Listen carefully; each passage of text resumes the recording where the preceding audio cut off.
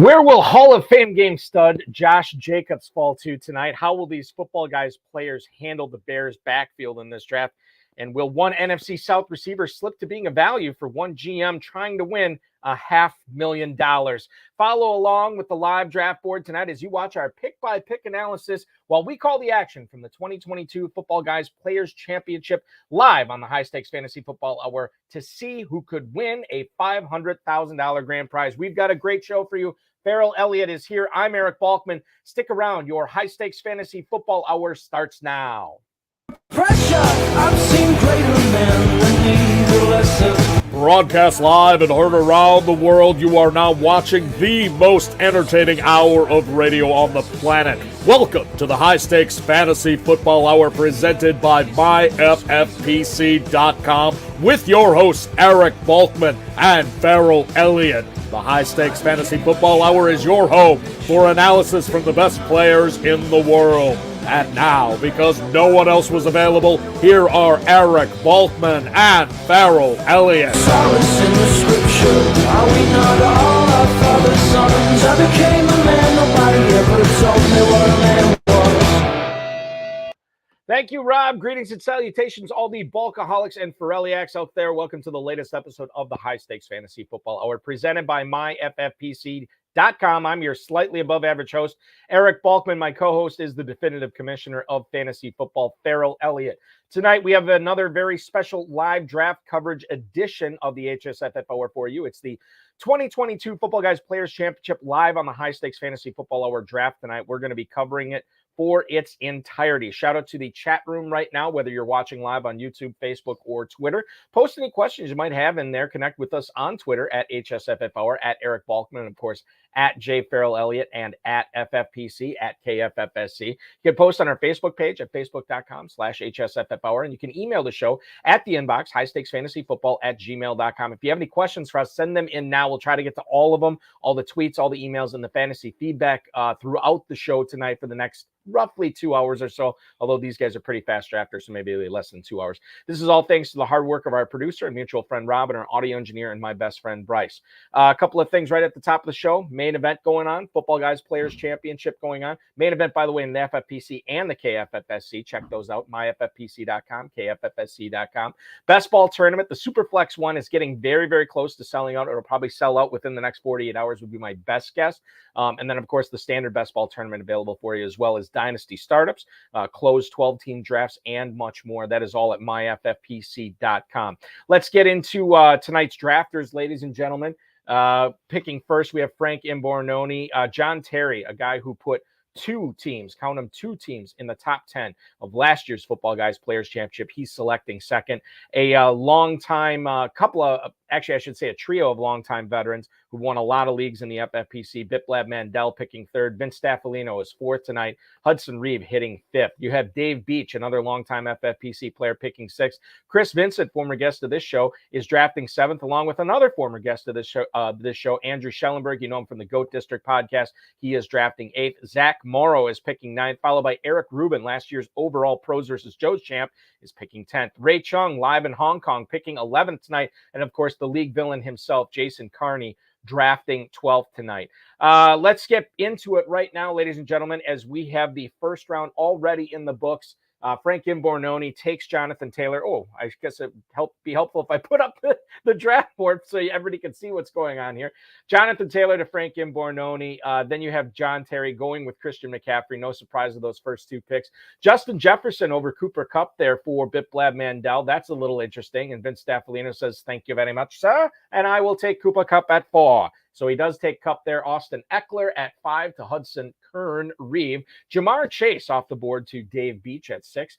Najee Harris is going to Chris Vincent as his 107 pick. Stephon Diggs off the board to Andrew Schellenberg at 108. CeeDee Lamb is the pick at 109 to Zach Morrow. You have Travis Kelce falling all the way to the 110. Just looking at the Fantasy Mojo on him. By the way, shout out to Fantasy Mojo, at Fantasy Mojo on Twitter, fantasymojo.com. Darren Armani, who puts together all the EDP we always cite on the show. Travis Kelce has an ADP of the 106 in this event. He falls to the 110 tonight. 111, Devontae Adams, the former Packer, the current Raider, goes to Ray Chung in Hong Kong. And then you're looking at Dalvin Cook to Jason Carney here at pick 12. I'm wondering if that could be an auto pick here. We might be on a pause. We will find out here shortly. Eric Reeves in the chat room wants to know, and I put out this in the FFPC mailer today, is there no live super bracket draft? And as I look at what's available right now in the super bracket leagues right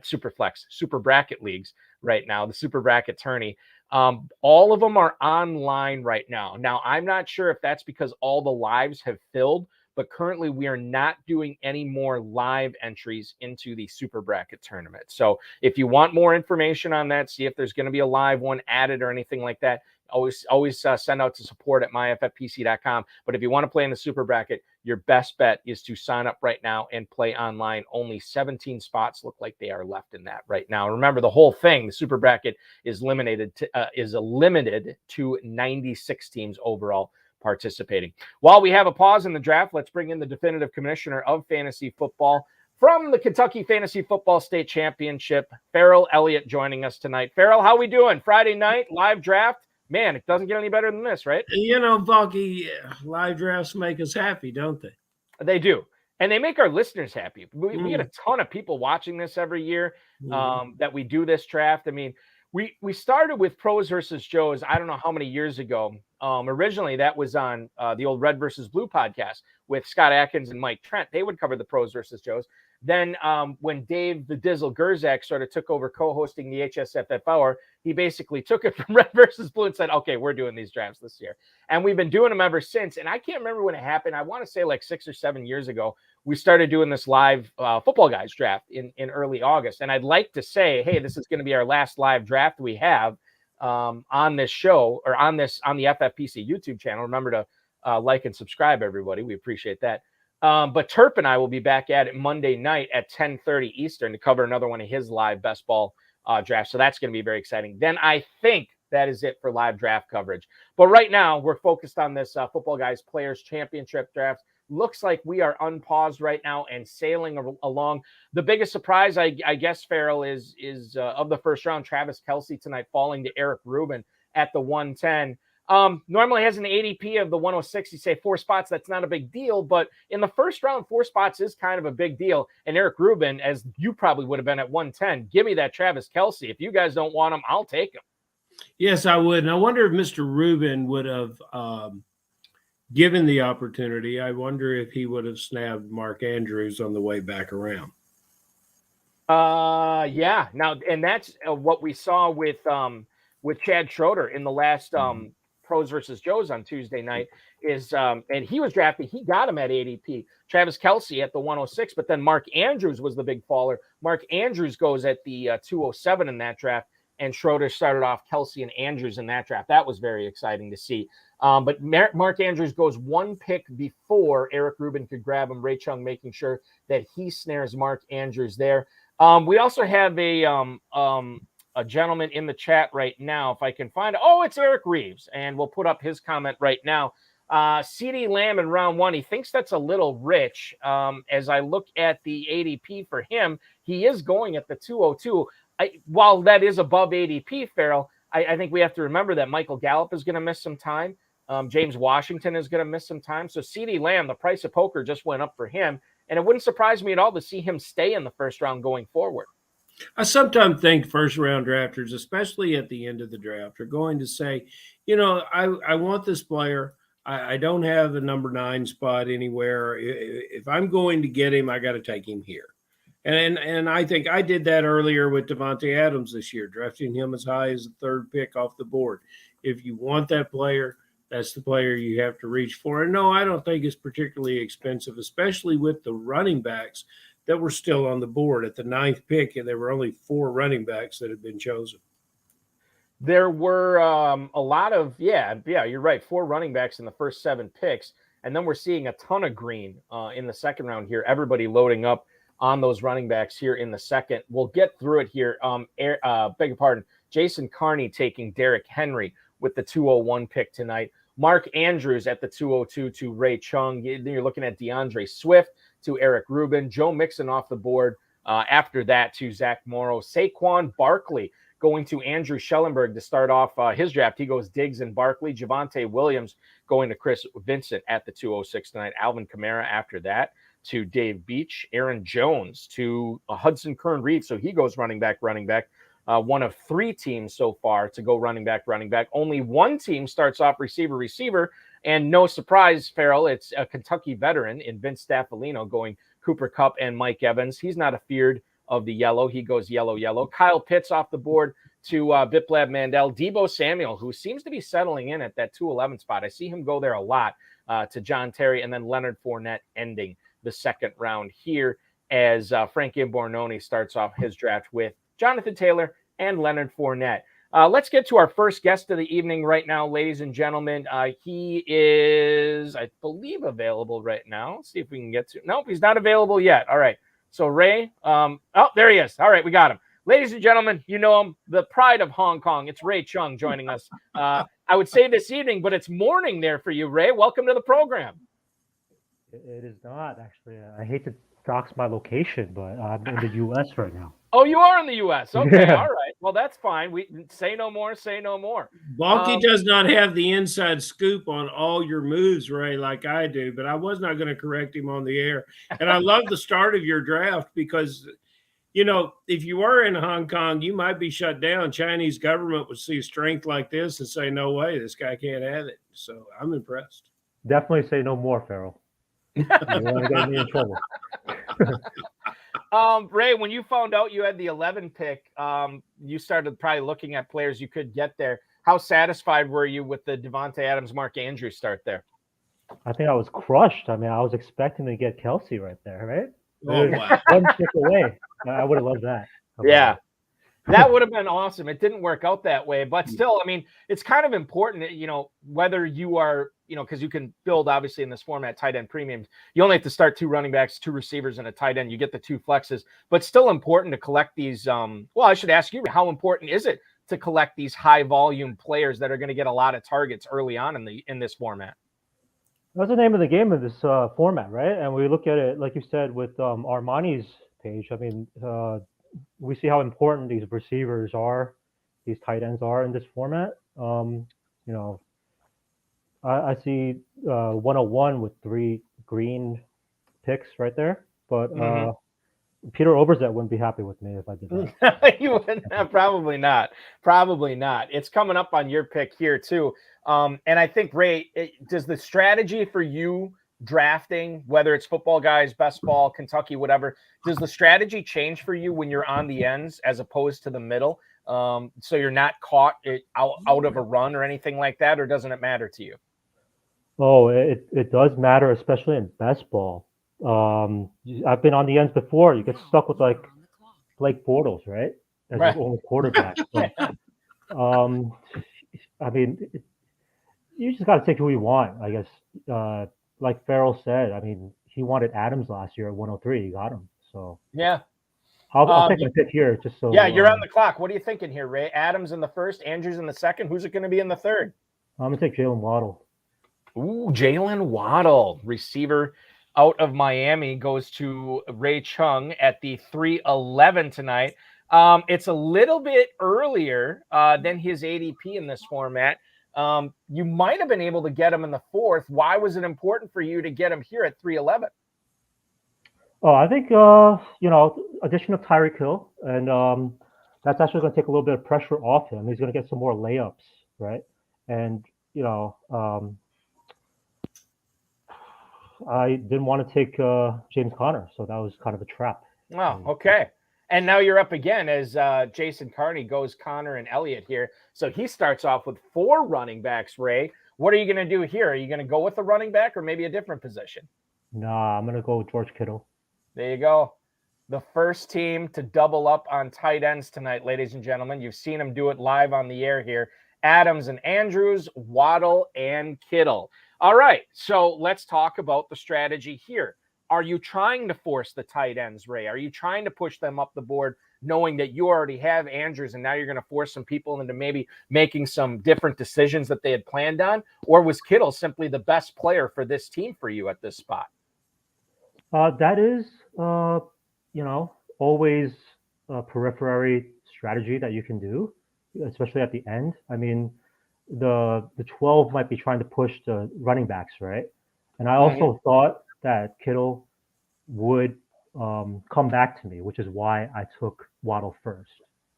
And then we had Darren Armani Ray on the show the other night, and before he drifted off in his Ezekiel Elliott soliloquy of nonsense, he talked about the fact of the success at tight ends historically, with two strong tight ends in the beginning of these drafts, is a recipe for success. I think you're on your way, brother. Oh, thank you, Phil. One of the other things I should point out, in addition to doing the audio engineering tonight, Commish Bryce is also commissioning this draft, and he just informed me that Jason Carney, who is in the 12 spot, Bryce has had him in drafts before. He often has his queue set and will just auto pick. So he's there, he's live. He's doing this on purpose, just in case anybody out there is wondering what's going on. Ray, does this change at all, the strategy, now that that Carney is taking 4 running backs next to you? Or are you still going to stick to your board and draft your team? That'll make it easier for me if I want a running back, right? And I can just wait one extra round, but it's only 2 picks, so it doesn't really matter that much. Okay. It's not going to affect me too much. Ray, what has surprised you? So, well, let me ask you this: Did you watch the Hall of Fame game last night? Because we should get into this at some point. I did not. One secret I have, Bulky, is that I don't watch any games at all. I just. Yeah. You've told me this before. In Hong Kong, I wasn't able to because of the games. I always watch them on replay, but maybe I'll start watching the games this year. Analyzing everyone's bodies and all that, body fat, right? Right, it was 5 years ago, Balky, when I introduced Ray to a name he had never heard before in the annals of football. And he caught up quickly because Ray's a quick study. It was when one night we talked about and discovered that Ray had never heard of Bear Bryant. And so we had to dig into that one. And but Ray's football IQ has shot up the boards, much like his fantasy football success. Man, I would say his fantasy football IQ has really always been really high, in my opinion, too. What we have a question now. Bill Nowitzki in the chat wants to know if a team has a great schedule right away, who does that help most in the offense? Is it the quarterback that benefits the most, running back, receiver, tight end, or Ray? Is it simply rising tide raises all ships and everybody is great on that? Do you ever notice anything where a team has a great schedule right away that one position particularly dominates more than the others? Haven't really looked at it, to be honest with you. I mean, I think when teams are preparing the off season, they don't prepare just for week 1, right? So we can't do that either. Although if a player pops, we got to look at it from the standpoint of how much is he going to go for on the waiver wire after that. So do with that what you will, I guess. You follow Ray on Twitter at Chung Knows. Will we see you live in Louisville this year, Ray? Maybe not because I'm moving house, but I'll definitely be in Vegas this year. Yes, I know. We will see you in Vegas for sure at Planet Hollywood. Very excited to see that. You're off to a strong start here, my friend. Thanks for popping aboard, offering some insight. We certainly appreciate it. And we'll talk to you either in Louisville or in Las Vegas. For sure in Las Vegas. Thank you, Balky. Thank you, All right, you bet. Ray Chung, ladies and gentlemen. Pride of Hong Kong joining us tonight. And follow him on Twitter at Chung Knows. Going through the third round here, Travis Etienne off the board to Frank Imbornoni. Then you're looking at Tyreek Hill off the board at the 302 to John Terry. Biplab Mandel then drafts Michael Pittman as his second receiver. We got Keenan Allen going to Vince Staffolino here at the 304. Darren Waller, Las Vegas Raiders tight end, is the first tight end drafted by Hudson Reed. Nick Chubb to go with Alvin Kamara. Right in the middle to Dave Beach. T. Higgins, A.J. Brown, D.J. Moore, Mike Williams, Jalen Waddle. Big receiver run here in the second half of round 3. Higgins goes to Vincent. A.J. Brown goes to Schellenberg. D.J. Moore to Zach Morrow. Mike Williams to Eric Rubin. And you heard Ray Chung. You watched Ray Chung draft Jalen Waddle right here in the air at the 311. James Conner off the board to Jason Carney at the 312. Let's go through the fourth round here. Give us more to talk about. Ezekiel Elliott is the first player chosen in the fourth round. We already said how Jason Carney went with 4 straight running backs. it is Dalvin Cook, Derrick Henry, James Conner, and now Ezekiel Elliott there. George Kittle to Ray Chung, followed by Cortland Sutton at the 403 to Eric Rubin. Breece Hall is a rookie running back off the board to Zach Morrow, pairing with Joe Mixon in his backfield. Josh Allen off the board at 405 tonight to Andrew Schellenberg. Another big receiver run, second half of the fourth round. Deontay Johnson's the number 2 receiver drafted by Chris Vincent. Allen Robinson, the second receiver drafted by Dave Beach. Brandon Cooks to Hudson Reeve. And then you have Gabe Davis, which is interesting about this is Vince Staffolino has now started with 4 straight receivers: Cooper Kupp, Mike Evans, Keenan Allen, and Gabe Davis. Marquise Brown to Biplab Mandel, Terry McLaurin off the board to John Terry, and then Dalton Schultz, tight end 6 tonight, picked with the final selection of round 4. Farrell, have you ever done this before where you go so dominant at a position early on where you take, 3 tight ends in a row, 4 running backs in a row, 4 receivers, maybe 5 receivers in a row? Have you ever done that in an FFPC league at all? Not 4, but 3. It's an impressive strategy. I wonder if Vince Staffolino just knew that David Montgomery would be there, because that's where Montgomery has fallen in every draft. Gabriel Davis there again. We don't have to talk about that anymore. Michael Pittman shooting up to very early in the 3rd round. Balky, this is there's a lot of Kentucky feel to this draft. Yeah, there is. There's 5, maybe 6 guys here that have been cornerstones of our league for a long, long time, and perhaps that's where some of their love of the receiver comes from. But this is a good group, and it's going to be really interesting. We talked to Ray. What do you think Ray is going to do with this next pick? I mean, he never has struck me as a guy who feels like, oh my goodness, I need to get this position here. I need to get this position here. He's always struck me as a guy who takes the player, that's the best player on his board, the player that's going to help him so much.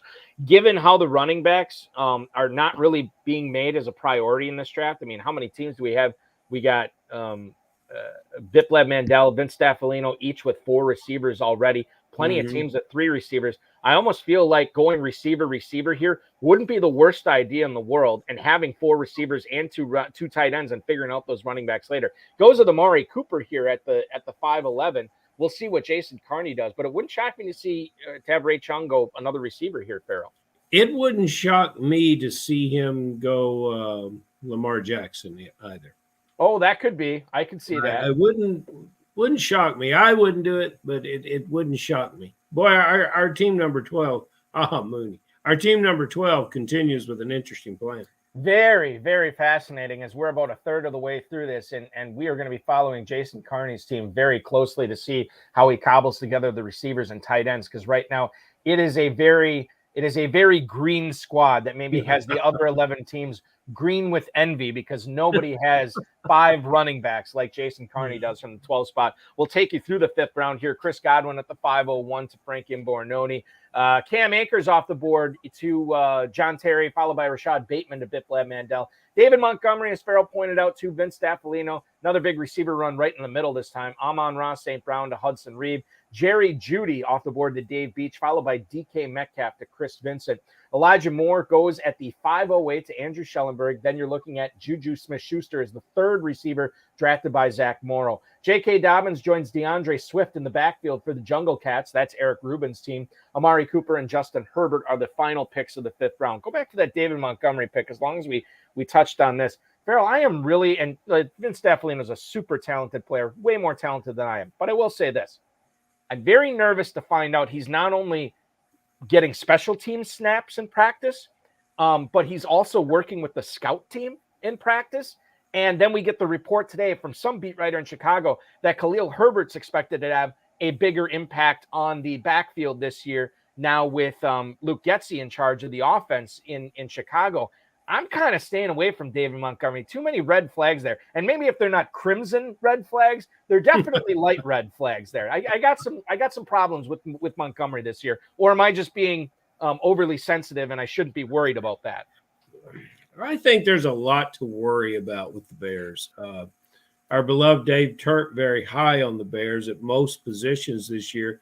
with the exception of Montgomery. I had not seen that news, Balky, and we'll likely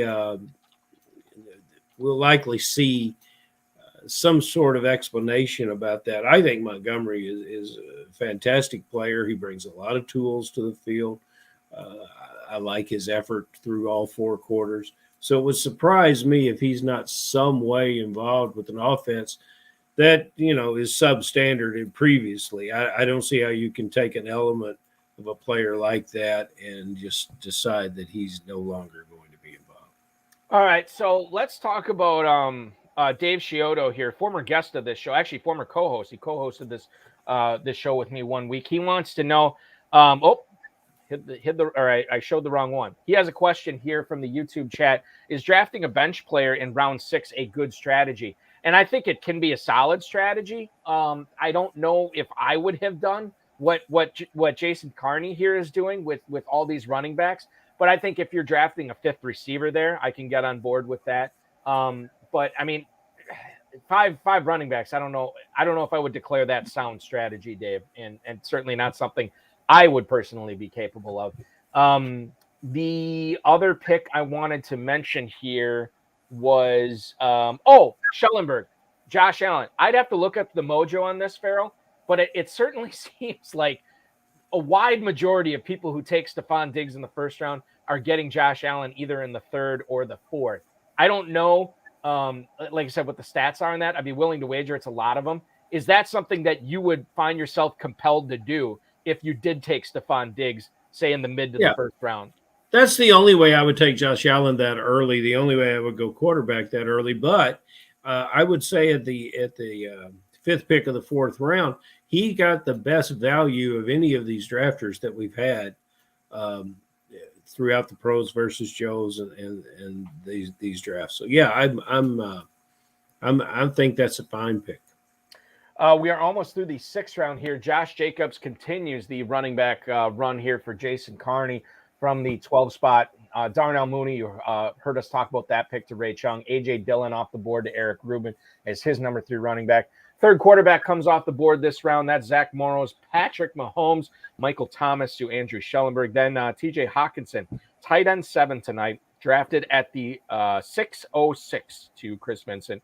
Lamar Jackson goes off the board here to Dave Beach, followed by Adam Thielen as the number 3 receiver, drafted by Hudson Kern-Reeve. Clyde Edwards-Helaire is the 2nd running back to Vincent Staffolino as he took 4 receivers to start, now focused on the running backs. Antonio Gibson to Biplab Mandel, Hunter Renfro to John Terry, Kadarius Toney completing the 6th round here. Kadarius Toney is the 2nd receiver drafted by Frank Imbornoni in the 1 spot.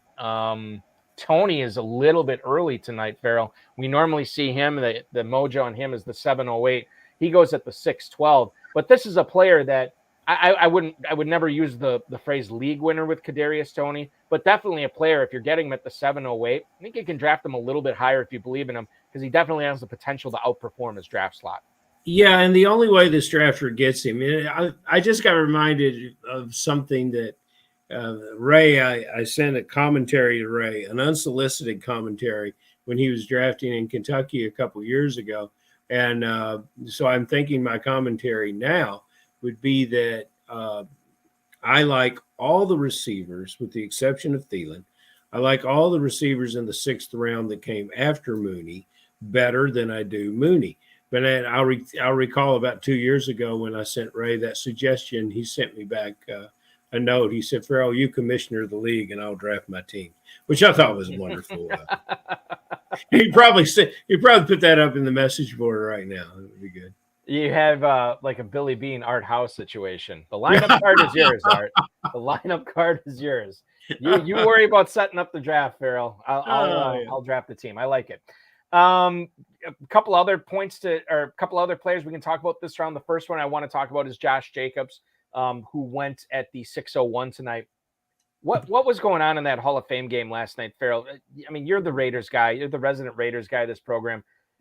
The Raiders have an opportunity to sit a lot of their players, which they did last night. I mean, no Devontae Adams, no Derek Carr. Yet Josh Jacobs came out for not one but two series. Yeah. What do we make of that as fantasy players, knowing that the Raiders were putting him in harm's way in the first preseason game of the league this season?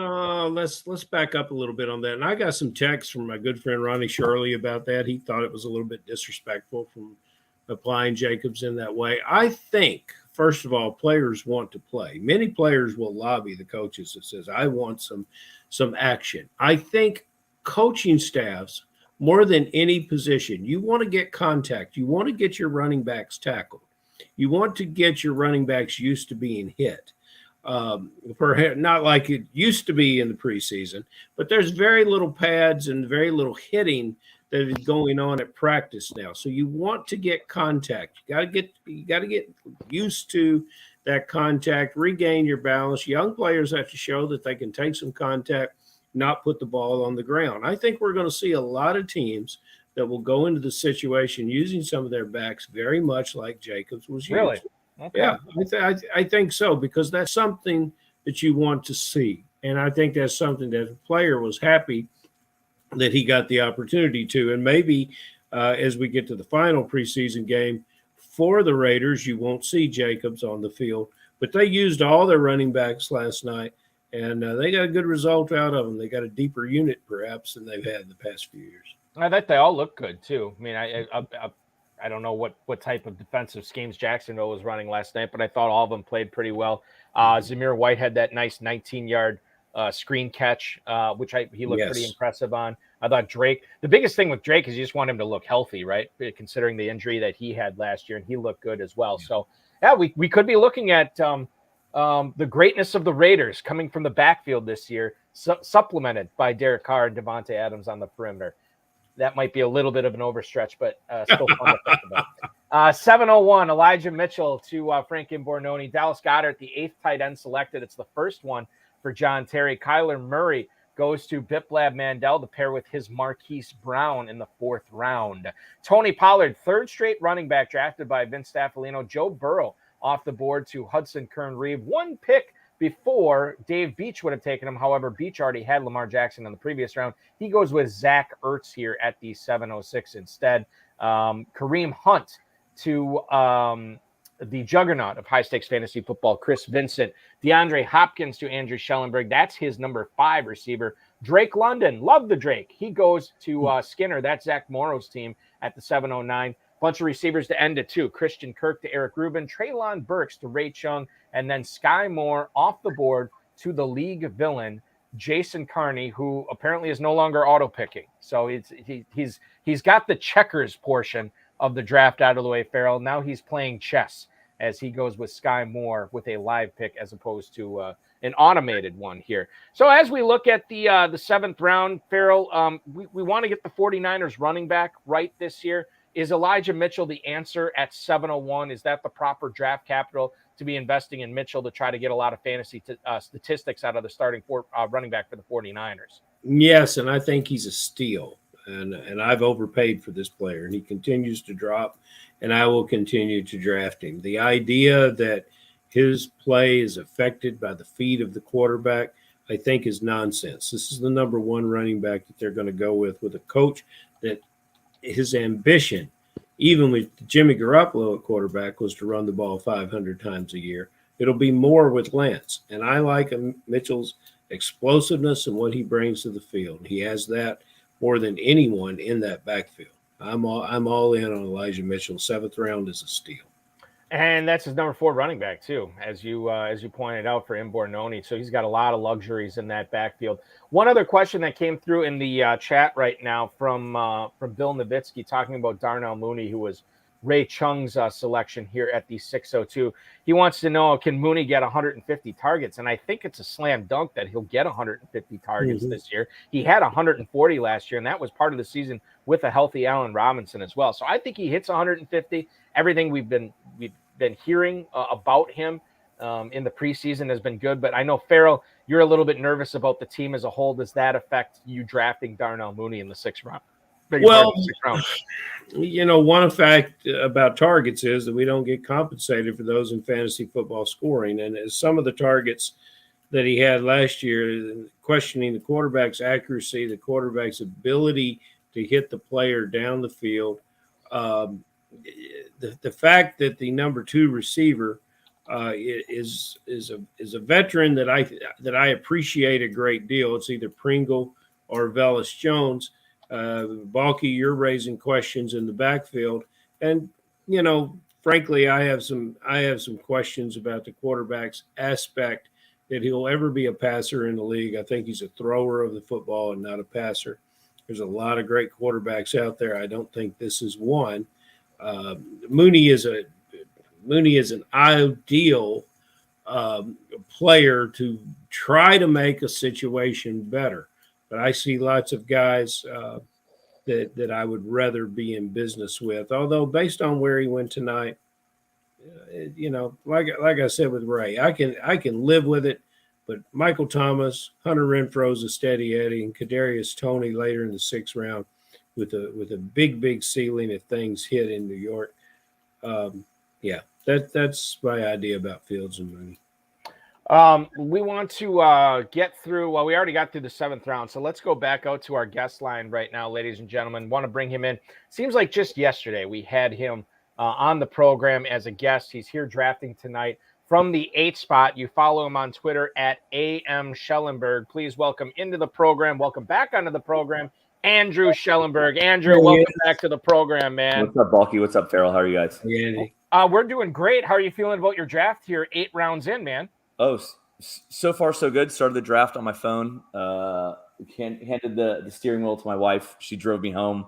Got a couple of picks in on the phone, and then obviously switched to the computer now. So, and so we talked about this, Andrew, earlier with the Diggs Allen thing. If you're drafting Diggs in the 1st round, do you have to make Josh Allen a priority in the 4th? In your opinion, how have you been handling him when you draft Diggs in the 1st round this season? Are you always trying to pair him with Allen in the 4th? No, not always. I was almost hoping somebody would do my dirty work for me and get him out of my queue.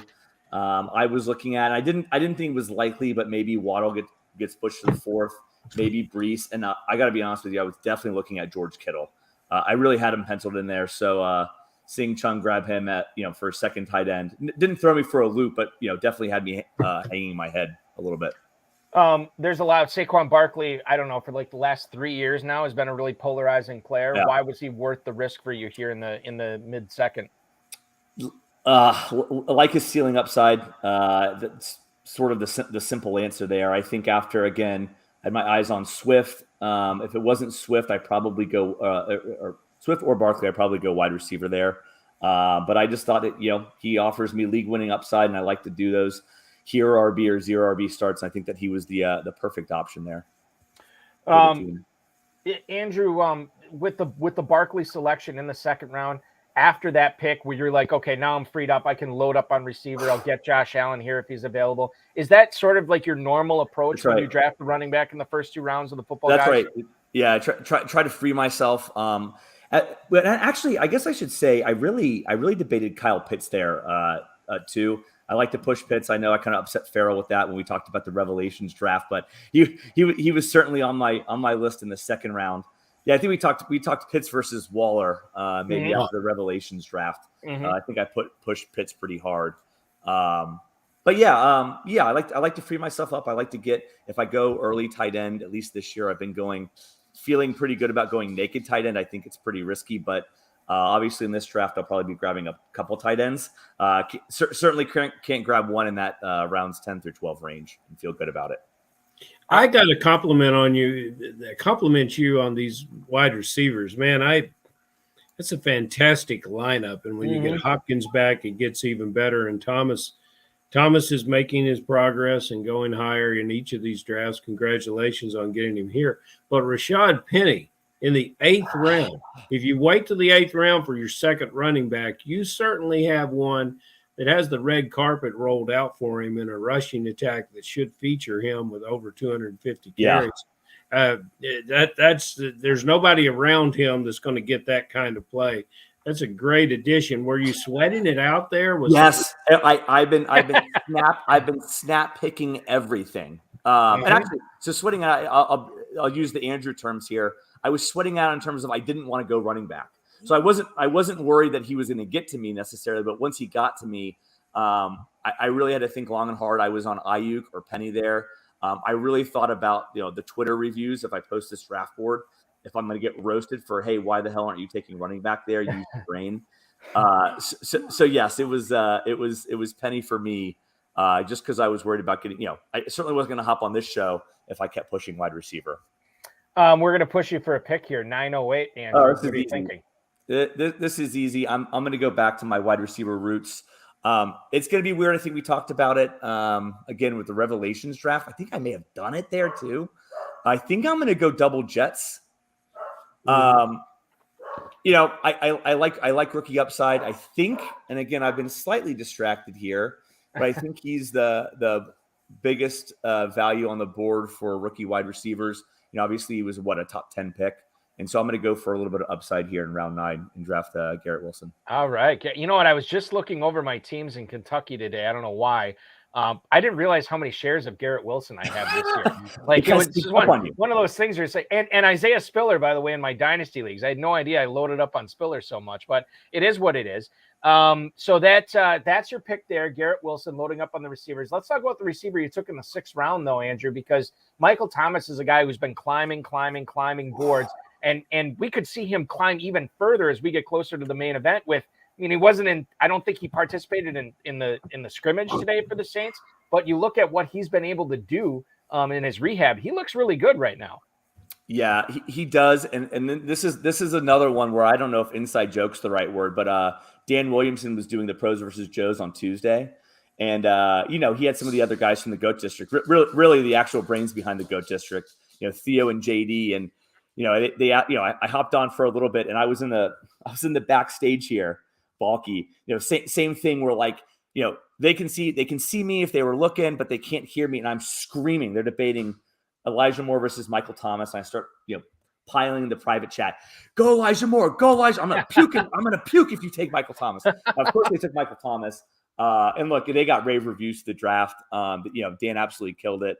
And then I see the next night, I think there was a Draft Sharks Invitational. Of course, Dan ended up going Michael Thomas and Elijah Moore in that one. So I was feeling a little bit of FOMO, feeling a little bit left out, and it was a great idea. So I thought I'd go ahead and grab them both, Elijah Moore and Michael Thomas here. It makes perfect sense, and it could pay off big as we get once we get the season underway. Okay, you also have DeAndre Hopkins here. Obviously, it's important to get to the playoffs in this format so you can make sure that you get to the championship round. But I think for you, at that point, already having 4 receivers, was Hopkins more of a luxury there? Luxury, that you can extreme luxury. And again, first 6 weeks, I'm hopeful. I don't need him, right? I plan to be playing Diggs, Brown, Moore, and Thomas. But again, he's offering that league-winning upside, and if I can get him in round 7 there, he's a smash every time, especially with this build. I love it. Yeah. If I hadn't gone, Josh Allen, I would have loved to have Kyler too on board, but I would have had to figure out the rounds in order to make that work. But I love the idea of being those Cardinals on the board. When you're looking at this Footballguys Players Championship format, do you find yourself maybe getting that hero RB early, pounding the receivers, and then targeting those one injury away guys, running backs? Is that sort of like the normal rubric for you? I know a lot of people follow that, and certain people won't, but it sounds like this is a normal standard thing for you. Absolutely. I've been, and actually more so, I've made a promise to make some really ugly Footballguys teams, and I've actually felt a little better than making them ugly. And I think the real trick to me this year has been making those pivots to either the quarterback, the tight end, or both early. Mm-hmm. And I think that's kind of kept me honest for having more balanced teams than maybe I otherwise was promising to make a mess of this offseason.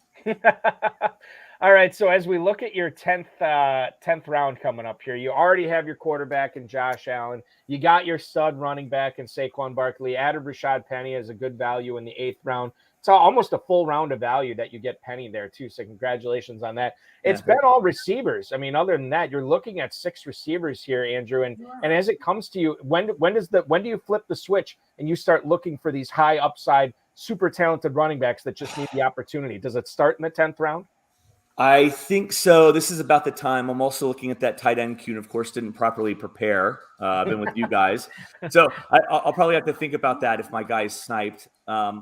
luckily, he wasn't. I literally had one player in the queue. I'm going Isaiah Spiller. There you go. Yeah. So absolutely, it was high running, high upside running back. Tried to throw Skinner off the scent as if he cares what I'm thinking live on the air. Maybe get him to take a tight end, but he went Nyheim Hines, which I also think is a good pick. I probably would have panicked for 30 seconds live on air and then maybe eventually gone Hines. Found your way to Hines. Yeah. That's Well, right. the Colts are finding their way to Hines this year, according to Frank Reich. So we will draft Nyheim Hines, according to Frank Reich, and we will draft hero running backs and pound the receivers, according to Andrew Schellenberg here. See you guys. Congratulations on a great first half of the draft. We'll continue to follow you on Twitter at AM Schellenberg and checking you out on the GOAT District podcast going forward. Good luck the rest of the way and in all your leagues this year, Andrew. Thanks so much for joining the broadcast. Thanks. Love you both. See you later. Andrew Schellenberg, ladies and gentlemen, a guy who, a man after my own heart, by the way, another Florida State fan. Always enjoy having those Florida State fans on the program, and Andrew is another one of those there. Let's get back into it. We'll go through the 9th round here, ladies and gentlemen. Ken Walker to Frank Imbornoni. James Cook, another running back, back-to-back rookie running backs here. This one going to John Terry. Chase Edmonds is no longer in the player pool because Biplab Mandel took him at the 903. Another rookie running back here. 3 out of the first 4 picks in the 9th round are rookie rushers. Vince Staffolino takes Dameon Pierce from Houston. Dawson Cox, another team, has doubled up on tight end. Darren Waller in the 3rd for Hudson Reed. Dawson Knox in the 9th here. Damian Harris off the board to Dave Beach. Cole Kmet is joining TJ Hockinson in the tight end room for the juggernaut of high-stakes fantasy football, Mr. Chris Vincent. Garrett Wilson, you heard Clutch Like Shelley, Andrew Schellenberg make that pick live on the stream here. Rashad White going to Zach Morrow. Tyler Lockett to Eric Rubin. Cordero Patterson to Ray Chung. And then Tyler Boyd to Jason Carney. I was in a draft the other day, Farrell. I should say the other day. This is, I could have been my Kentucky main event, that slow draft that I did. And I was I loaded up on some receivers early, as I like to do in Kentucky. Ended up grabbing Cordero Patterson as my number 2 running back in like round 5 or 6. And as I was looking for another upside running back to take later on, Tyler Allgeier was still out there. And I'm like, I'll take him. Did not realize that I locked up the Falcons ground game. Total accident to do that. But what do you make of that pairing this year to try to get both those guys on your team? Or are you better off just doing one? No, if you can afford it and it's part of your build, why not? I think Allgeier has just as much upside as some of these other rookie running backs in a situation where they may not have as clear a path as to the field. So, yeah, I like that. I like that idea a lot. We've had some people question Patterson's ability to produce like he did last year because of his play at the end of the season. We've also had commentary tonight about a soft schedule at the first of the season. Patterson will bring his best game to start this year. He's not a traditional running back's body, but he is a freak of an athlete. I like that situation, Paul. What do you make of the situation going on in slot 1 tonight? Frank Imbornoni ends up going with Taylor, Fournette, Etienne to start. Great start for running backs. But then he also piles on Elijah Mitchell and Ken Walker in rounds 7 and 9. Now, he does get Marquez Valdes-Scantling going off the board here in the 10th. Do you think he should have looked elsewhere rather than get – well, I mean, I know what you feel about Mitchell, but specifically the Walker pick. Would you have looked elsewhere knowing that you already had those top 4 guys on the board? I think so, but he probably just could not resist the idea of he might see what I see in Mitchell. And then here at Walker – he probably thought that maybe this would close it out for him at running back. I think this drafter has a really good idea of what he's doing, and what the wide receivers that we'll see come off in the double-digit rounds might be some of my favorites, because he certainly lined up some of my favorites at the other position. And having Dalton Schultz fall to him here, that was just fantastic. So, yes, I very much like this team. He has Godwin. We know what kind of player Godwin is when he gets back and contributes. We know that Robert Wood's a high-volume catcher. We know that Tony is a guy that can move all over the field. And we know that Marquez Valdes-Scantling is your deep threat to take the top off the offense and use those speed there in Kansas City. So each of his receivers brings a different level of skill to the position. I really like what he's done. And, his running backs his running backs are going to catch a lot of passes, and Walker is I love this team. Okay. I have no problem with this team. All right, yeah, and we'll see what happens with he's got some upside. I like the floor pick of Robert Woods in the 8th. I think that's a nice safe pick to get in the 8th round, given the start that you already have at the other spots. So I like that, and I continue to say Marquez Valdes-Scantling is underrated by drafters. Let's get into another fellow Midwesterner here from Minnesota. We're going to bring him on. You no longer follow him on Twitter at Rainmaker __. Rainmaker __ is gone. It is now all about at _Bipcoin. No video for Biplab Mandel tonight, but he's joining us. I hope we can hear him. Biplab, welcome to the program, man. Hey, thanks, guys. How are you doing? We're doing good. We're doing good. We're enjoying this because, I always love seeing the drafts that you and John Terry and Hudson Reeve and Chris Vincent and Vince Stafford, like all you guys, I just feel like you just bludgeon each other for 20 rounds. It's happening again tonight. How are you coming out of this fight at the 3 spots so far, Biplab? How do you like your team? Yeah, no, it's a tough spot because I have John Terry on one side and Vince Stafford on the other side, and we draft together. We draft against each other. We probably like similar players, right? So I was complaining in the chat room how Vince snapped Gabe Davis over there in the 4th round because he's going in the 5th, but he knew it won't come back with me and John Terry here, So I was pretty pissed about it, but was happy to get Marcus Brown there. But Gabe Davis was my pick there. But I feel really good about my team because I think I got the high-end receivers that I like. I wasn't expecting Pittman there, but because team 1 went 3 running backs, he made it there. So I feel happy about it. And then I was happy about Devontae Smith falling in the 8th round just to stash as a 5th receiver. So it's all about running backs now. And then, there are pass catching backs like Henderson and Gainwell that I like later. And it was good. They made it back to me. And then, I get a free game with Henderson to see what he does on Thursday night. And if he blows up, maybe I'll put him in the roster. So yeah, no, I feel good. The strategy was pound receivers, go a good tight end, stack up, and then, pound running backs. And if none of them hit, find them in waiver by week 3. So that's kind of what I have going here. All right. So I'd be remiss if I didn't ask you this question. You're a Vikings fan, are you not, Biplab? Absolutely. You take Justin Jefferson when Cooper Kupp's still on the board at 3. Did the fantasy football maven in you take Justin Jefferson, or did the Vikings fan in you take Jefferson? I think I would say both. I've done now several of these main events, and every time I probably have 4 Jeffersons and 0 Coopers, on the main events that I have done. I just like the ceiling of Justin Jefferson this year.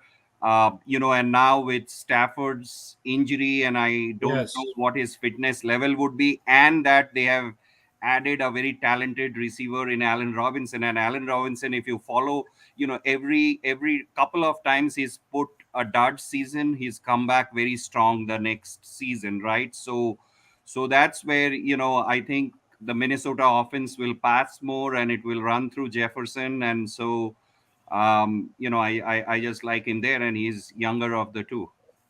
I agree with all that, Biplab and Balky. And Biplab, I have a question. I have a statement.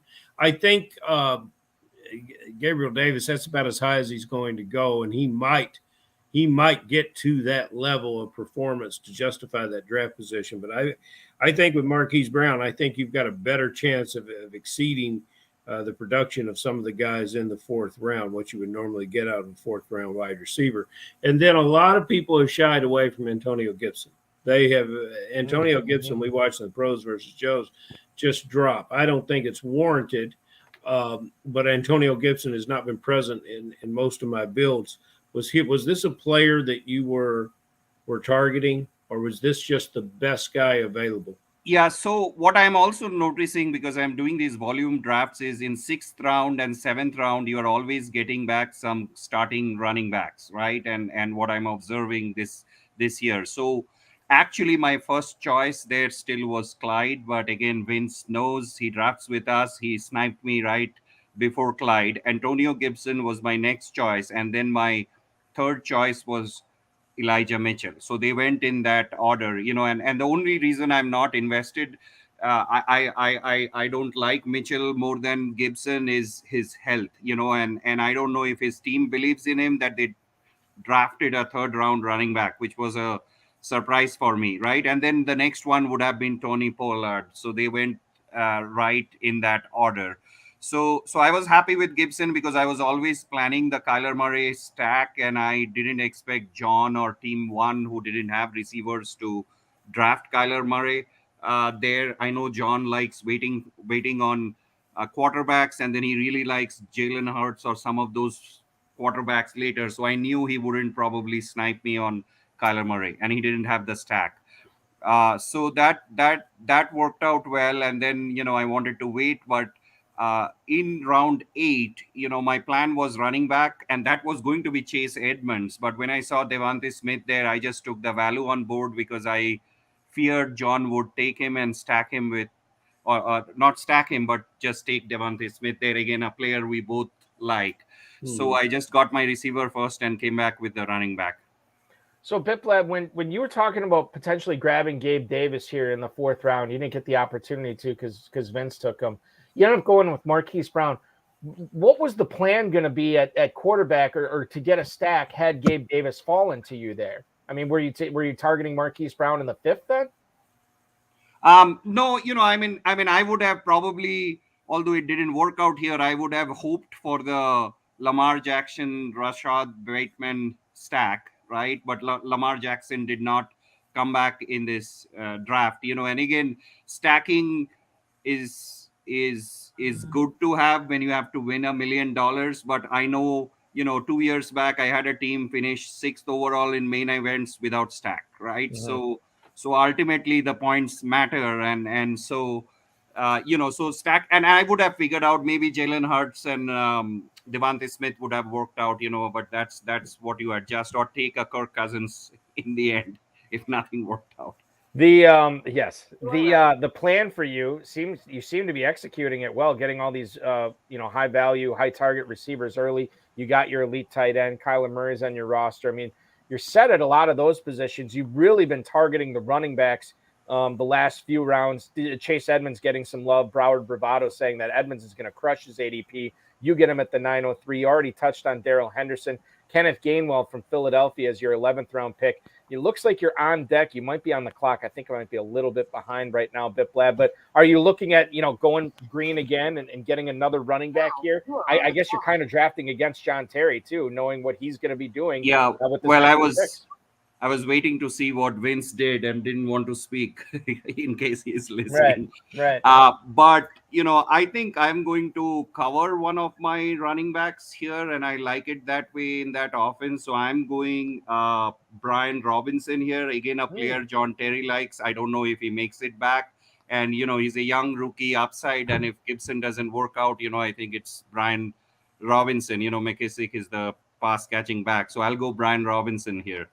Brian Robinson out of Washington gets you covered with Antonio Gibson. I know you and Farrell were talking about him earlier. Biplab is now the time to buy on Gibson because it sure seems like nobody else, as Farrell pointed out, nobody wants to draft him right now. So you might as well take the value, right?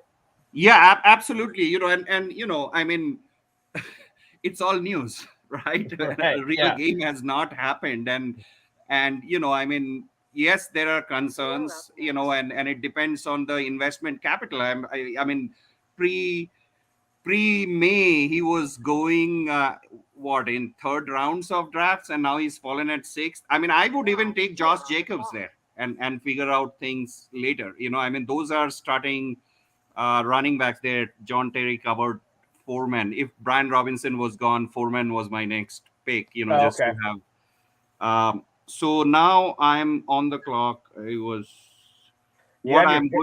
have a lot of Miami running backs. If you wanted to go somebody with Chase Edmonds, I don't think that's very prudent, but you could. No, I am planning. I don't see a running back value here. I feel good about my running back. So what I'm going to do is I'm going to take a very high upside rookie that's buzzing right now, and this will make you happy probably, Eric. Romeo Dobbs. I'm Oh, going to here we take him. go. I'm telling you, it was a matter of time before this guy started clapping. 13th rounder. You know what's so great about it is Packers family night here in Northeast Wisconsin, guys. I don't know. Quite frankly, I don't know if the other 31 NFL teams have this, but family night is when the Packers practice inside Lambeau Field. You have tens of thousands of Packers fans go to tailgate outside the stadium, and then they watch these guys practice. So I'm getting my first eyes. I got my screen going on right here. And Romeo Dobbs has already made a couple of plays tonight. So he keeps ascending and ascending. He keeps making more plays. Yeah. I was talking with John Hansen this morning on Sirius XM radio. And he said, because he loves Dobbs as well, but he's like, at some point this guy is not going to be a value anymore. And I'm like, we haven't hit that yet, man. It has not happened yet. I love the pick in the 13th round here, Biplab, of Romeo Dobbs. I love the high upside. I love it. And quite frankly, it's hard for a pick like this to blow up in your face, given it's the 13th round. Well, I already have 5 starting receivers before him. I need him during playoffs. I don't need him now. And what I'm betting on is his situation and the quarterback play. There are more talented rookie receivers that I like than Dobbs, but they do not have the situation that he might be in. And half of my dynasty team probably has Dobbs. But I'm very happy that finally he's making plays, and what also made me happy is Rodgers has given some positive comments. Rodgers typically doesn't talk about rookies or doesn't typically pump them up, and then Christian Watson is hurt, right? So great situation, is making plays, and if Rodgers keeps trusting him, I think he could win teams $1 million this year. George Pickens is someone I like, but again, the situation of Dobbs is my tiebreaker there. I think both had very good camps. I think George Pickens is way more talented, and he was hurt, or he would have gone way higher in even the NFL drafts. And But Vince takes him next. Then Kern Reeve says, okay, if Biplab's going to get some return from Dobbs, I'm going to jump aboard too, and picks Aaron Rodgers 2 picks later. You cannot escape the long shadow from Western New York, can you there? Yeah, he stacked the wrong Packer. He's going to be mad hearing this. And he had his choice. He could have gone Dobbs. He went with Watson instead. So we are investing in Bitcoin, and Bitcoin is investing in Dobbs. We love it. We will follow you on Twitter, Biplab. Congrats on a good draft so far. At Bitcoin on Twitter. We'll see you out in Las Vegas, I'm assuming, and enjoy the next month of drafting, man. It's going to be a wild ride. Yeah, no, thanks, guys. Yeah, I was not on video because I'm actually attending a wedding in Wyoming this weekend. Oh, so the wedding's not going on right now. No, it's tomorrow. Okay, all right. I didn't know if we were going to have a conversation here, Biplab, but okay, great. Enjoy Wyoming, and we will see you out west soon enough, man. Thanks so much. Thanks, bye. Biplab Mandel, ladies and gentlemen, at _Bitcoin on Twitter. Great stuff from Romeo Dobbs. We got our next guest in the green room right now, enjoying some hors d'oeuvres. Before we get to him, I want to go through the 13th round. KJ Osborne to Frank Imbornoni, Deontay Foreman to John Terry, Romeo Dobbs. Obviously, you heard Biplab Mandel take him. George Pickens to Vince Staffolino, Aaron Rodgers to Hudson Reeve. Mark Ingram off the board to Dave Beach. Then you're looking at Marlon Mack, who could be the starting running back for Houston this year. And he goes about 4 rounds after Dameon Pierce. Marlon Mack, the selection by Chris Vincent here at the 1307. Noah Fant to Andrew Schellenberg. David Njoku off the board to Zach Morrow. Jarvis Landry to Eric Rubin. Derek Carr, the second quarterback drafted by Ray Chung. And then J.D. McKissick, the final pick of the 13th round to Jason Carney there. Farrell, we didn't get a chance to get into the Matthew Stafford discussion too much. How serious is this elbow thing right now? Are you fading guys like, Cooper Kupp, Tyler Higbee, Allen Robinson because of the Stafford issue? Not particularly, but it is concerning. You're looking at an older quarterback who played a lot of football in his past and has been beaten up. And he's always seemed to get up from it. Some injuries that were major injuries, especially his back issues. And now you get something that's hard to understand and hard to shake. An elbow is a difficult thing for a quarterback. And, shoulders and elbows can affect a lot of velocity, a lot of timing, and just be very, very painful. So I might look another way in this draft. We love him so much. I must talk about Ray Chung here in the 13th round, and I am surprised that all the teams allowed this to happen. But his stack of Carr and Adams here is just fantastic. That's very good. Very, very good.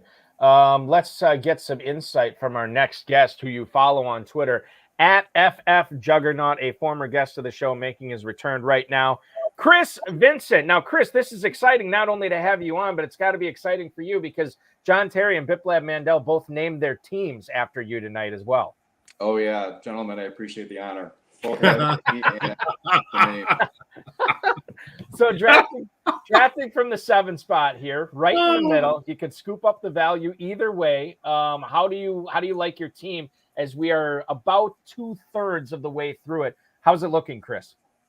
I'll give it a 7.2. I've gotten sniped a couple times, or a couple guys I really wanted, but I really like my foundation.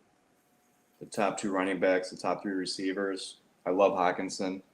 I feel really good about my tight ends. I think I have 2 TE1s. And that helps when you're a little bit, not what I wanted at wide receiver, but I'm still happy with it. When you say not what you wanted, was it because you were either sniped by Beach or Schellenberg there? Is that why it turned out the way it did? Yeah, I was hoping to get Chase. I was hoping to get somebody different in round 3. But yeah, again, drafting with all these guys that we all know each other well. We all like the same guys. We talk up the same guys. So when I think your receiver mix, is very interesting because you've got a good mix of proven veterans, veterans that are in a situation with a new quarterback, and young players with tremendous ceilings. So I really like what you've done here. You might feel you're getting sniped, and I don't know if the running back dead zone is a real thing, but the juggernaut deadpan is a real thing. And I would have to wonder if some of that is is maybe just a little bit too humble, because I like this team. Thank you. Yeah, I actually had an eye on Dubs. I wish you guys and Hanson would stop talking about him so much, because I really like Dubs. Oh, yeah. Actually, I was surprised how much the conversation was dominated this morning on Romeo Dobbs. But listen, if he's going to ask me about a Packer, I'm going to keep talking my until everybody's ears are sore about it, because I love my Packers so much. Chris, drafting from the 7 spot tonight, what did you make of this? Well, I guess I shouldn't ask you that. Let's talk about the Patriots running backs. Ramondre Stevenson, Damian Harris. How does that split go? You had the opportunity to take either one of them tonight, and you went with Stevenson over Harris. Damian's solid, but I think Ramondre has the upside. He has the 3-down skill set. James White still limping around. I mean, if Damian fumbles once, Ramondre could be a top 10 back in that offense, as much as they like to run the ball. We also have a question in the chat room right now. Andrew Tate wants to know what color your Bugatti is, Chris. Or do you not want to reveal that because it's too personal? Yellow. The yellow Bugatti. I love it. That's a good color for a Bugatti for sure. TJ Hockinson in the 6th, you like Cole Kmet in the 9th. Is it important for you in this Football Guys Players Championship, Chris, regardless of where you're picking, to try to get 2 top 12 tight ends given the tight end premium scoring? It's not that important, but I think there's a tight end dead zone for sure. I like 5 or 6 guys a lot, and then there's the dead zone, and there's a couple of guys I think have a lot of upside later in the drafts. But Hockinson and Kmet I both like quite a bit. I think, Kmet is easily going to be the number 2 receiver for the Miami Bears. You are on the clock right now, my friend. Team is looking strong. We'll talk about your quarterback in a little bit. But a couple of tight ends, running back stable is good. Wide receiver stable is deep. What are we thinking here, Chris, at the 1507? Maybe quarterback, but there's still a handful I like. Mm-hmm. I think so. this running back is going to start getting more buzz. It started last night. Get him before the buzz does. Yeah. It's all about cheap shares. Yep. Running backs already on Chris's team: Najee Harris, Javonte Williams, first 2 picks, and then Kareem Hunt, Ramondre Stevenson in the middle. He added Marlon Mack here in the 13th, and he is about to add another piece of green to this rainbow-colored fantasy football juggernaut from the middle of the draft. And it is the rookie out of Georgia, Zamir White, who played pretty well last night. So, Chris, we were talking about the situation with Jacobs playing in the Hall of Fame game last night. Farrell said it's a little bit overblown, but Zamir White, what's his role going to be for the Raiders this year? Well, I think he's a really good receiver, and they don't really seem to like Jacobs. I agree that I think it was a little bit overblown, but I think he's the number 2 there for sure. I don't like Kenyon Drake at all. And the fact that they declined Jacobs' 5th-year option, I think, is really telling. I think, later on in the year, he's the kind of guy that could, take over that backfield. Anything happens to Jacobs, and he does go down occasionally, I think he could be money. I think it's a really good offense. Chris, Biplab Mandel chiming in. He wants to know why you passed on Antonio Gibson here in the 5th and then 6th round. I have enough Antonio Gibson, and I already like my running backs. I was eyeing him. I know he's been falling. If he would have came back to me in 7, I would have grabbed him for sure. But I couldn't pass on Hockinson in the 6th. I think that was great value.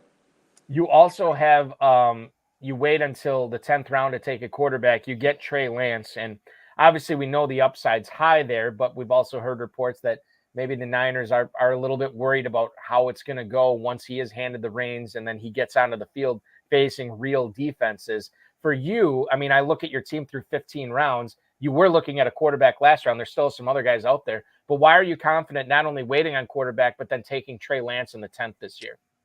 There's a bunch out there, but I think Trey has, QB1 upside with his rushing ability and, 49ers offense. But yeah, there's quite a bit of risk there. So I'm looking to get somebody else that I really like fairly soon, perhaps. You talked about, drafting against Hudson and John and Biplab and Vincent, all these guys, in this draft. How does that change your strategy when you look at to see who's in your draft and you see all these guys in it? How does that change your strategy? Are you bumping up your sleepers another round because you're going to have to take them a round earlier? Yeah. I was eyeballing Dubs in round 15. That didn't work out for me, but it's funny. Our chat that we have has been quiet the past couple of days because nobody wants to show their hand. So obviously the smack is going to resume tonight and then this weekend, obviously, after this draft is over with. For sure, yeah. Yeah. All the way up and into Vegas, I'm sure. Wandel Robinson, let's just talk about him very briefly. Another rookie as you go rookie, Robinson in the 14th, White in the 15th. Why do you like Wandel Robinson this year, Chris? I'm getting Tariq Cohen vibes from him. Little dude that is lining up all over the formation. They don't really have anything at running back besides, other after Saquon. I could see him getting carries out of the backfield. I think he could be, a really, really good gadget guy. The fantasy football juggernaut, the juggernaut of high-stakes fantasy football is on deck right now. This will be pick 1606. I'm looking at your squad here, 6 running backs, 6 receivers, 2 tight ends, a quarterback. Is now the time to strike on a backup quarterback here, Chris? Are you still willing to wait a little bit longer? Where's the depth that you're going to build for this squad here with this pick? There's my boy. Yeah, I like Tua quite a bit this year. One thing I do every year is I look at the receivers that I like, and then I try to, find quarterbacks that have 2-3 receivers. And Tyreek and Waddle, it's hard to find, better 1-2 than that. And Tua runs around a little bit as well. So he was good in a points per game basis last year. I know there's questions about him, but I think he's pretty solid. Did you consider Winston at all with this pick? Not this pick, but I considered him a couple rounds from now. Yeah, he was on my list. Tunga Vailoa joining Trey Lance in the backfield for the fantasy football juggernaut. You follow him on Twitter at FFJuggernaut. And I'm sure we have not heard the last of Chris Vincent this Footballguys FFPC main event and fantasy football drafting season. Chris, good luck the rest of the way in this league and in all your leagues this year. Good luck in in everything, in all the drafts you'll be doing over the next several weeks. And thanks so much for being a part of our broadcast tonight. My man. pleasure. Thanks, guys. I'll see you in Vegas. You got it. Chris Vincent, ladies and gentlemen, at FF Juggernaut on Twitter. Good stuff there. And I love the boldness. You know what? I know all these guys. I know what they want me to do. I know what they think I'm going to do. I'm going Trey Lance. I'm going Tua Tagovailoa, two players that, granted, there's a lot of people who believe in both of them, but to get both of them on your squad here as your number 1 and number 2 quarterbacks, I love that kind of chutzpah. That was great, Farrell. I think if you believe in one of those quarterbacks, you should believe in both of them, and that's successful logic, especially at this point in the draft, is what the Juggernaut said. He's going to be in a situation where he's going to take Tua because of all the tools around him. And that's what I've argued about in all of our quarterback situations. You've got to have skilled players around you that's going to make or break your game. I'm willing to take a gamble that Tua outplays a 16th round draft pick. Yeah. Yeah, and he makes for, like, if you're looking for a stack, and I'm not saying you should be, but when you consider where Waddle and Tyreek Hill are going, and if you do wait on quarterback, or even if you don't, I mean, Tua Tagovailoa, why not 15th, 16th round and pair him up with those pass catchers? That could be something, especially in best ball. I mean, maybe not so much in football, guys, but especially in best ball, I think it makes a lot of sense. Let's get through the 16th round here as it is almost completed, Farrell. The blue sticker is finally made an appearance on the board, along with the orange one last round with Evan McPherson, the first kicker. But then Jason Carney goes kicker and defense here in the 15th, 16th. Justin Tucker in the 15th. Colts defense is the first defense off the board at the 1601. Jerick McKinnon to Ray Chung. Gus Edwards from Baltimore goes off the board to Eric Rubin. Trevor Lawrence backing up Patrick Mahomes for Zach Morrow. Bills defense, the next defense off the board to Andrew Schellenberg. Tua Tagovailoa behind Trey Lance for Chris Vincent's team. You just saw that pick. Dearness Johnson, the third-string running back for Cleveland, is going to be joining Dave Beach's squad from the 6th spot. The Rams, another defense off the board. The third defense off the board here in the 16th round goes to Hudson Kern-Reeve. Mac Jones backing up Tom Brady, one Patriots legend replaced by maybe another future Patriots legend. I don't know. Mac Jones here to Staffolino. Sony Michel off the board to to Bill Mandel. And then Isaiah Pacheco to John Terry. KJ Hamler off the board as the final pick of the 16th round to Frank Imbornoni here. Farrell, we saw two backup Chiefs running backs go in this round, opposite ends of the draft board. Jerick McKinnon to Ray Chung, and then Isaiah Pacheco to John Terry. Which one of those Chiefs running backs do you like more this year? That's a good question. Probably McKinnon, probably. Pacheco, I think, is going to be saddled with a lot of the return duties. I think that's his job. And they view that as a job. That's one responsibility with that team. I'm interested here. This might be the cost when we take a look at Ray's team of going early with a receiver, or what we would call the zero running back. I think there's some very good receivers that he could have taken a shot at here, 14th, 15th, and 16th, that could help him. And he's stacking up running backs that some things have got to really hit right for those players to contribute. I like all three of them, but things have really got to go right. And then what amazes me about the 16th round, especially with the news that we had out of Denver, is that KJ Hamler is the last pick of the 16th round. And our team number one is just walking away with some of the greatest value picks that I've seen in drafting in a while. Hamler is in line to have a terrific season. You know, the other thing to keep in mind with Hamler is, you know, if we're all falling all over ourselves to draft Broncos this year, and I understand he's behind Judy and Sutton, but injuries happen, stuff happens. I mean, to get Hamler, and I don't want to call him a handcuff necessarily, but he is a one injury away type guy to being a pretty significant player in that Denver offense. Now, if Sutton stays healthy and Judy stays healthy, well, it's tough to get Hamler in your lineups, but that's not usually the way pro football works, Farrell. Well, yeah, and we're assuming that they're to say he's behind those other two receivers assumed that Denver is in the 21 personnel with both those tight ends. That's another good point. Yep. And I don't think that's necessarily right. I think they run three wide and Hamler is on the field. And I think we'll see that. I think Hamler will be on the field for 80-85% of the snaps with this team. I don't think he is a backup wide receiver. They're going now. Montreal Jones is an ascending rookie that they really like, and after the Patrick injury, Montreal moved into a situation of catching some balls. But Hamler, fantastic pick. And speaking of fantastic picks, it would go all the way back to the 14th round.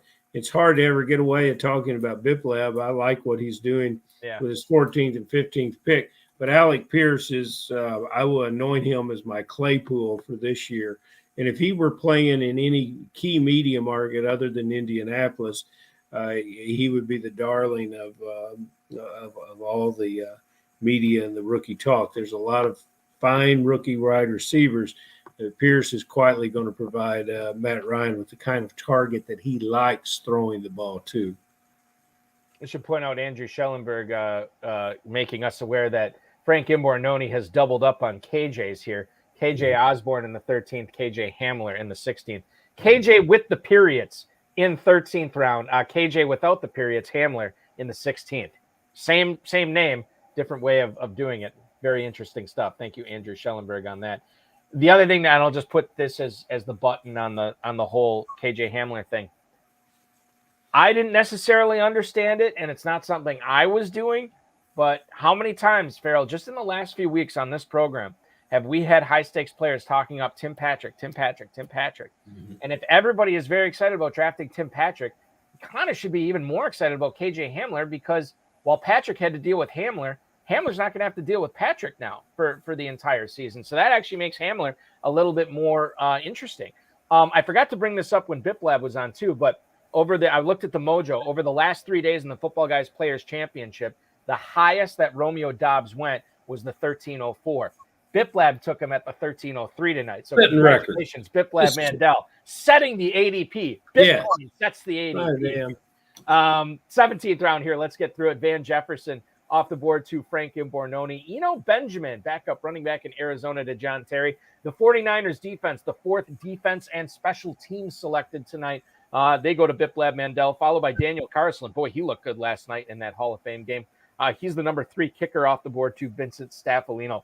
Robbie Anderson and Sammy Watkins, who about 15 minutes ago scored a touchdown on family night for Green Bay. Robbie Anderson to Hudson Kern-Reeves. Sammy Watkins going to Dave Beach. Taysom Hill, the third tight end selected by Chris Vincent. He gets him to go along with Cole Kmet and TJ Hockinson. Couple of kickers here. Harrison Butker to Andrew Schellenberg. Tyler Bass to Zach Morrow. Then you're looking at Justin Fields, quarterback, to Eric Rubin to back up Jalen Hurts, and then a pair of receivers and the 17th round.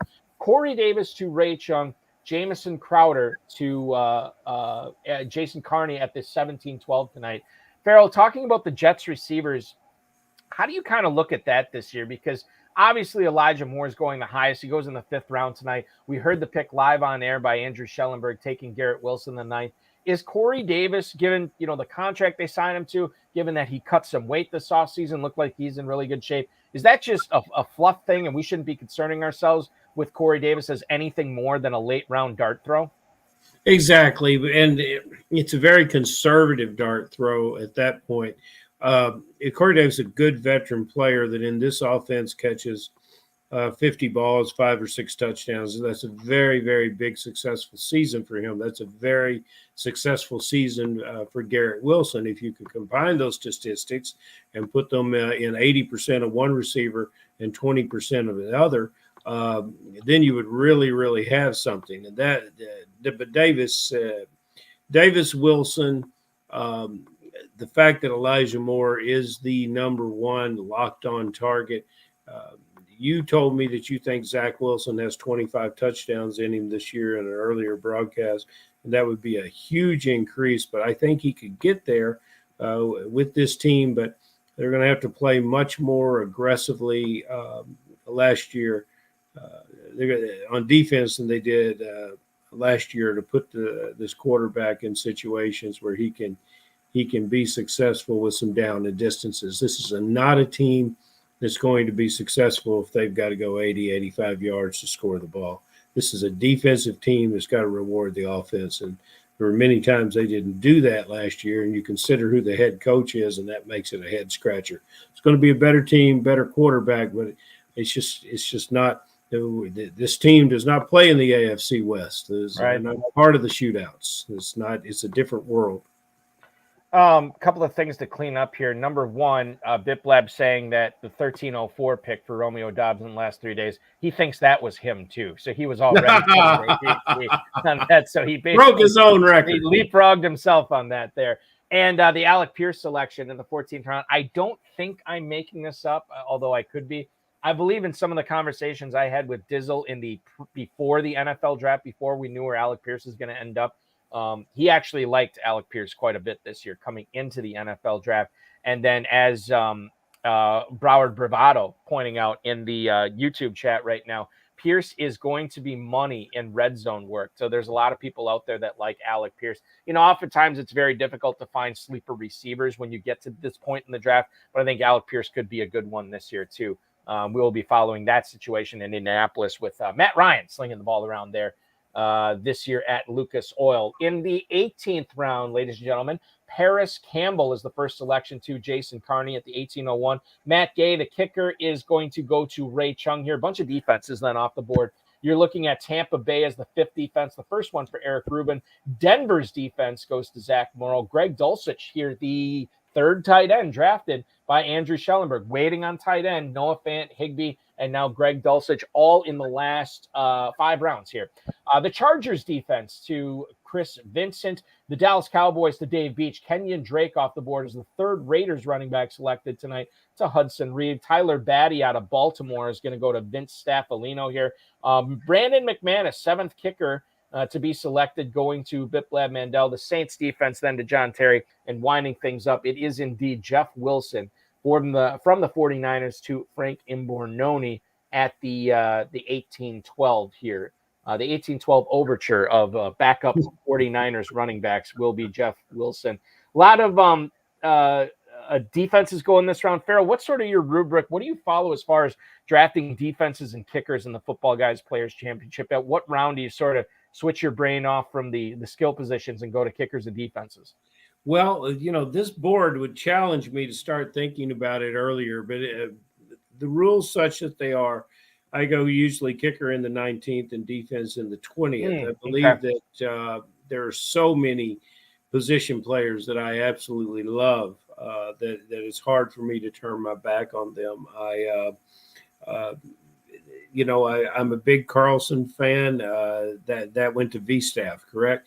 I wonder with an improved offense if he will have as many of the long field goals that he had last year, because I think that the defense for the Raiders has improved as well, and they're going to play a game of field position. Sometimes as the Raiders, this is as close as we can get. It's 3rd and 15. Let's send out Carlson and try to get some points out of this. Both coaches were willing to take that risk. I wonder if he'll have as many long field goals this year as he has last year, but he's a gloriously talented kicker. Very talented, and just got locked up, right? Then they just signed him into an extension. Smart they were. Yeah, for sure. Let's get through the 19th round here. The Packers defense going to Frank Imbornoni. They're the 10th defense selected tonight. Matt Prater going to John Terry. Marvin Jones to Biplab Mandel. Patriots defense to Vince Staffolino. Then Logan Thomas is the selection here at the 1905 to Hudson Reeve. The Eagles defense, doubling up on defenses, is Dave Beach. He goes the Cowboys in the 18th. He gets the Eagles in the 19th. David Bell, the rookie receiver, going to Chris Vincent, followed by the currently teamless Will Fuller here to Andrew Schellenberg. Jonnu Smith, third tight end selected by Zach Morrow. Snoop Connor, Odell Beckham, and Rob Gronkowski. So the last 2 picks of the 19th round. Currently not with any teams right now, Beckham and Gronk. And it seems like Gronk is going to stay away. But I guess if you're going for $500,000, Farrell, and if you don't like anybody else on the board, why not go with the Hall of Famer that nobody really seems to think is totally done? No one does. Except for maybe Rob Gronkowski. Yeah, except for Rob. His agent doesn't believe it. His girlfriend doesn't believe it. No one believes it. What did we talk about during Pros versus Joes? What you foresee happening with Odell Beckham this year? When does he get signed? Who signs him? I mean, is it the Rams? We mentioned it, and I think he's a Ram. However, in his case, when he does prove he's healthy, there could be obvious different choices. I don't know if he can find a better choice than the Rams, and the health of the quarterback may determine that. So, he is truly a mercenary free agent for another Super Bowl ring. So good for him. He's found himself to be in a very good situation after escaping the Browns. Andrew Schellenberg escaped the tight end position for the first 12 rounds here, Farrell. Mm-hmm. He gets Noah Fant in the 13th, Tyler Higbee in the 14th, Greg Dulcich in the 18th. If you are going to wait on tight end, the way that Schellenberg did here, how would you grade his performance of what he ended up getting in this stable at that position? Noah Fant's waiting for a quarterback. Higbee is making sure his knees are right. And his quarterback shoulders right. and Dulcich is in a situation where he's got some back pain, and they don't like rookie tight ends or rookies of any time talking about back pain. However, based on what he paid for these players, he's got a great potential return. I would have probably taken a shot at Bellinger, who's the heir apparent to the job there with the New York Giants. I think that's as much as I like Dulcich in his situation, he probably needs a steady Eddie to catch some balls. There's nothing wrong with those three tight ends. He did wait a long time. He got some good ones. The biggest upside, I think, comes in the rookie if you can get him healthy. Yeah, totally. Let's get through the final round here. Kyle Rudolph to Jason Carney. The Dolphins defense to Ray Chung. Rodrigo Blankenship to Eric Rubin. Trey Sermon and Pierre Strong. Trey Sermon to Zach Morrow. And then Pierre Strong, Andrew Schellenberg's final selection tonight. The kickers here are coming off the board. Nick Folk and Ryan Suckup to Vincent and Beach, respectively. Donovan Peoples-Jones, who I really like as a 20th round pick. Hudson Reed gets him here. Congratulations. Absolutely. John Bates to Vince Staffolino. Jameis Winston backing up Kyler Murray for Biplab Mandel. Rex Burkhead, and then, of course, Mr. Irrelevant. Rex Burkhead going to John Terry. Mr. Irrelevant is Greg Joseph, and he goes to Frank Imbornoni. All right, that is going to do it here for this draft. Andrew Schellenberg already commenting in the YouTube chat right now that Team 8 probably won, but it may be too early to tell. Andrew Schellenberg, of course, drafting in the 8th spot tonight. Self-confidence is a blessing, and we certainly appreciate whatever the opposite of self-deprecation is. We love Andrew Schellenberg on the program tonight. So I think the biggest takeaway here, Farrell, and we touched on it at the top, all this looked like a Kentucky draft for about the first 4 or 5, maybe 6 rounds with all those receivers. And these are very talented players, guys who have won a lot of Footballguys leagues, guys who have won a lot of FFPC leagues that are seeing the value of drafting these high target players right away, figuring out running back later, figuring out tight end later in the sense of some certain teams in this draft. But receiver, I think, was the story tonight. Mm-hmm. I look at the 5 cornerstones that we have that we share, FFPC and KFFSC drafting. It's amazing, these names, of how many times I've put these names on trophies and handed them out.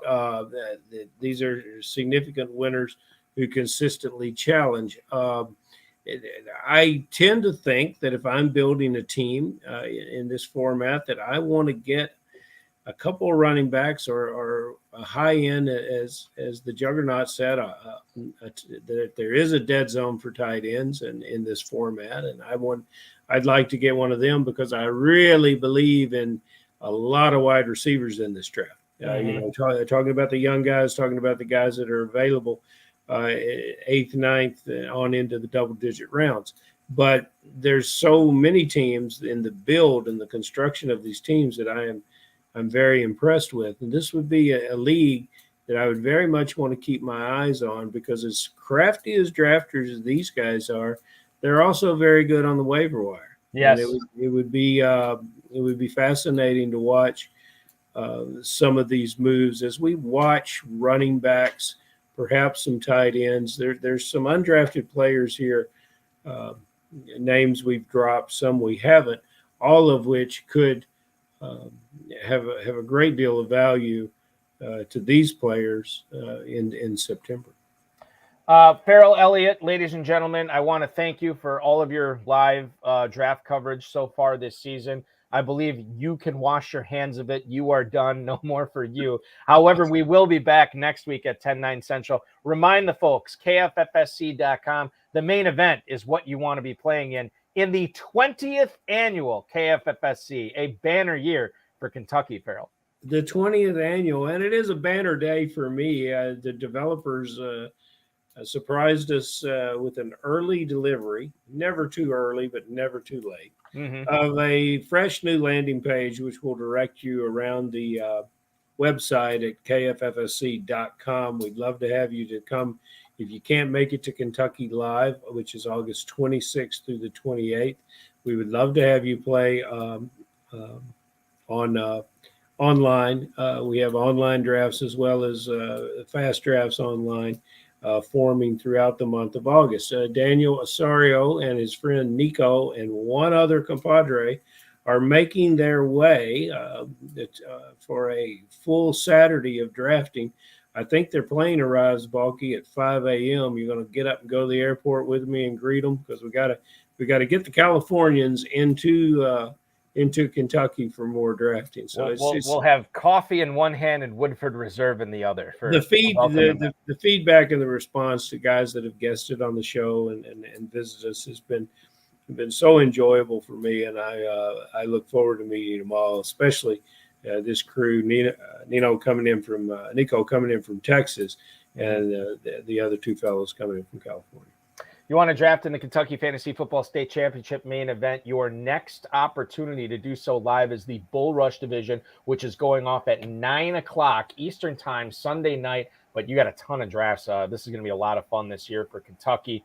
Obviously, Cincinnati's filling up. Louisville's filling up. There's a lot of red on the board for how many spots are available in Louisville. So if you're going to be drafting live, make sure you're doing that sooner rather than later. We will continue to check out the KFFSC and all the offerings there at kffsc.com. Farrell, be good, man. We will talk to you again at our normal time, 10/9 Central, next Friday, dude.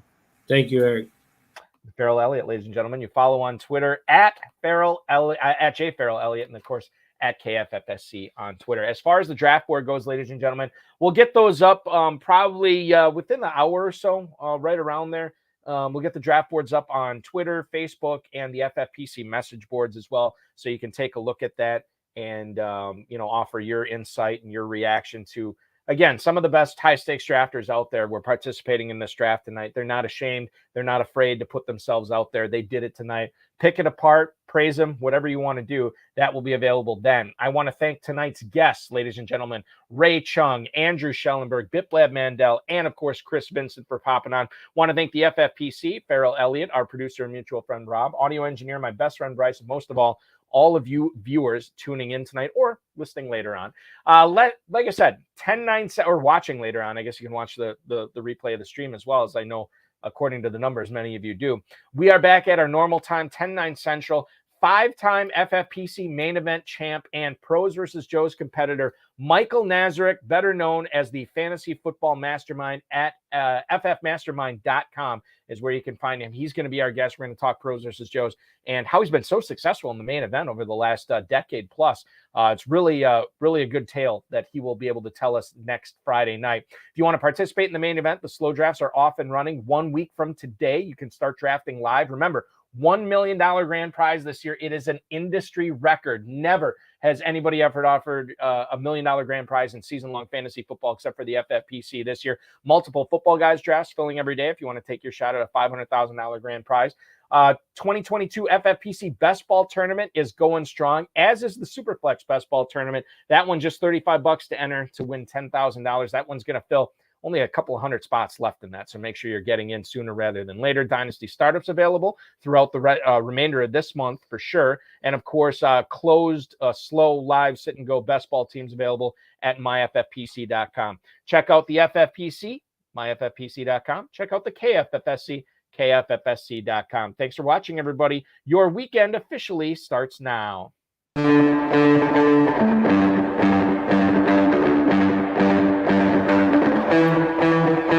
This has been another episode of the High Stakes Fantasy Football Hour presented by myffpc.com. It was broadcast live and was watched around the world. Balky and Farrell will be back next week with more analysis, more interviews, and more advice from guests much smarter than they are. Thanks for watching, and we'll talk with you again next week.